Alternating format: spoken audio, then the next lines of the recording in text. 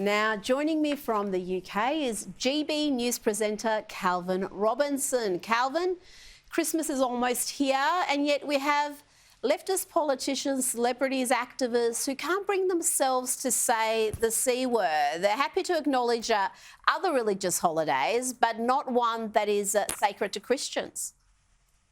Exactly. First of all, Merry Christmas, Rita. Have a very good Christmas when it finally gets here. And you're right, these lefties, they cannot say it. And I think it's because they are anti-Christian and they're anti-Western, and they understand the power of the word Christ and what it means to say Christmas. So they'll say, you know, have a peaceful Eid Mubarak, have a happy Diwali, have a happy Hanukkah. But when Christmas comes around, it's have a joyful holiday season, have a happy winter closure period. And these aren't made up. These are actual terms that people have been using. You know, Brighton University over here said have a happy winter closure period. The Duke and Duchess of Sussex said have a joyful holiday season.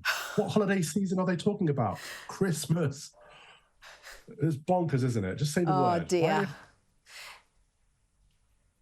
Exactly. And you know what? The people they're supposedly protecting, those who are non-Christian, have absolutely no objection to this. I mean, they so often say we're doing this to be inclusive and to be respecting those who are from migrant communities who are not Christian. But that is a nonsense. I can tell you most migrants have zero issue with it and actually embrace a lot of these Christian traditions themselves. Even if they're not believers, they'll have a Christmas tree or they'll,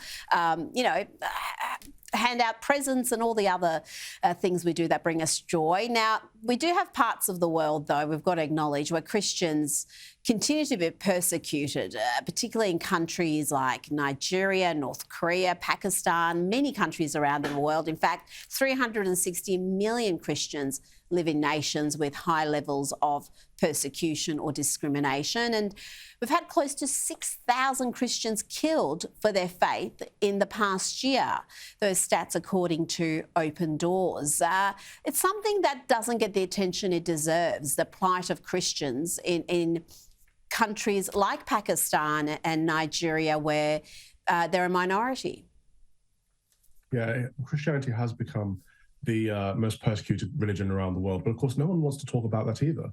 It seems that it's fashionable to be intolerant towards Christians in the West. And I do believe this is because the neo-Marxists understand that they have to destroy two things in order to destroy the West: Christianity and the family. They've pretty much already destroyed the family. It's unfashionable to discuss the idea that we should have a mother and a father in a house these days. And now it's become even more unfashionable to talk about Christianity as a religion of the West and that built Western civilization. So they're winning, and we need to fight back. But what's worse than that is we're seeing this persecution hit home.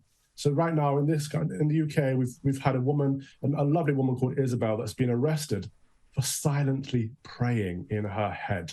Now that's the kind of persecution I'd expect to see somewhere like Iraq or Iran. But in the UK, a woman has been arrested for praying. And this is because of these buffer zones that they've put up around these abortion clinics in order to protect people from protest while they go to receive an abortion, which, I mean, people can have different stances on abortion, fine. But the idea that it should ever be a crime to think something in your head or to pray in your head, that is thought crime. That's 1984. That's exactly what it is. You know, it is wrongthink.